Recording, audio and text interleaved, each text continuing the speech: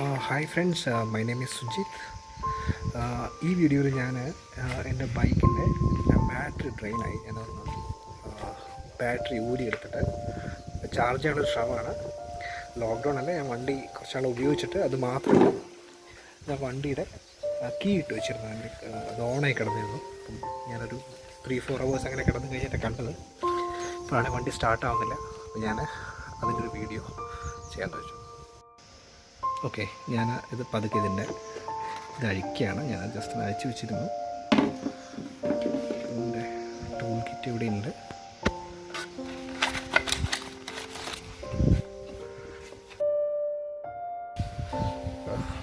ഞാനിപ്പോൾ എൻ്റെ tool kit അയച്ചു. അതിൻ്റെ കൂടുതൽ ചെറിയൊരു ഇതുണ്ട്. ഇത് വെച്ചാണ് നമുക്ക് അഴിക്കേണ്ടത്. അപ്പോൾ സീറ്റ് അഴിക്കാൻ വേണ്ടിയിട്ട് ഇവിടെ മേജറായിട്ട് 2 ഇത് അഴിച്ചാൽ വളരെ ഈസിയാണ്. ഇവിടെ ഒരു ഇത് കാണുന്നുണ്ടല്ലോ, അത് അതേപോലെ മറ്റേ സൈഡിലുണ്ട്. ഇതാണ് ഈ സൈഡിലുള്ള അഴിക്കേണ്ട നട്ട്. അതേപോലെ തന്നെ പിന്നെ സീറ്റിനാകെ ഉള്ളത് പിന്നെ ഇവിടെ ഒരു ഈ ഭാഗത്തൊരു ലോക്കുണ്ട്. അത് നമ്മൾ ഊരുമ്പോൾ ശ്രദ്ധിച്ചാൽ മതി. അപ്പോൾ ആദ്യം ഇത് 2 അഴിക്കാം. ഒന്ന് കാണിക്കാൻ വേണ്ടിയിട്ട് ഞാൻ ഓൾറെഡി ഒന്ന് ലൈറ്റാക്കി അഴിച്ചു ലൂസാക്കി വെച്ചിട്ടുണ്ട്.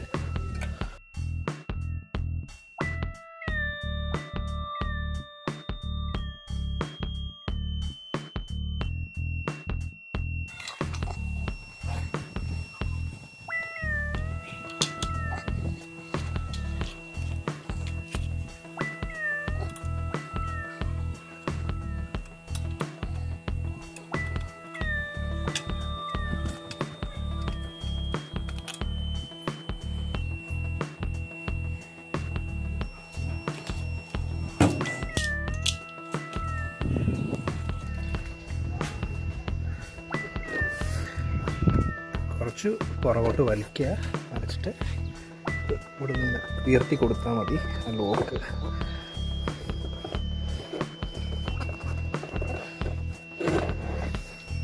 ഈസി, വളരെ ഈസി ആയിട്ട് സീറ്റ് അഴിഞ്ഞു വരും.